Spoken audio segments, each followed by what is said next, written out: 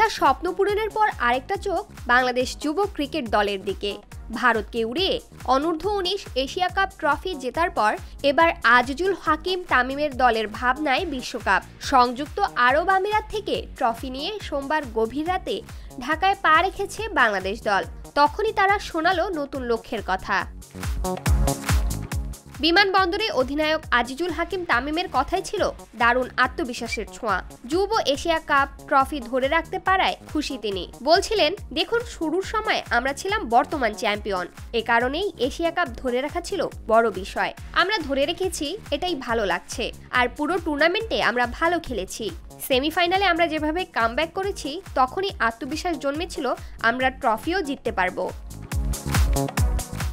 এই নিয়ে টানা দুবার এশিয়া কাপের শিরোপা জিতল বাংলাদেশ দল।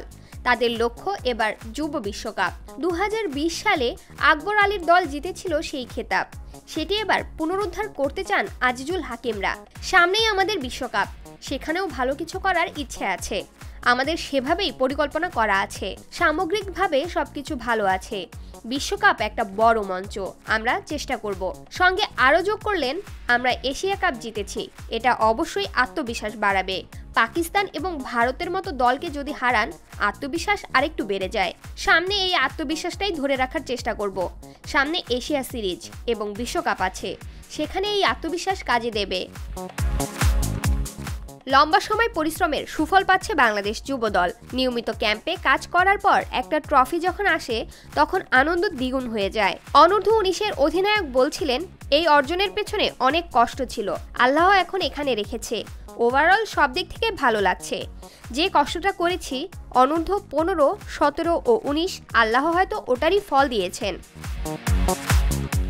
এবারের এশিয়া কাপ আজিজুল উৎসর্গ করলেন বাংলাদেশকে। তিনি বলেন, জয়টা বাংলাদেশকেই উৎসর্গ করেছি, দেশের জন্যই খেলেছি, এটা খুব গর্বের বিষয়।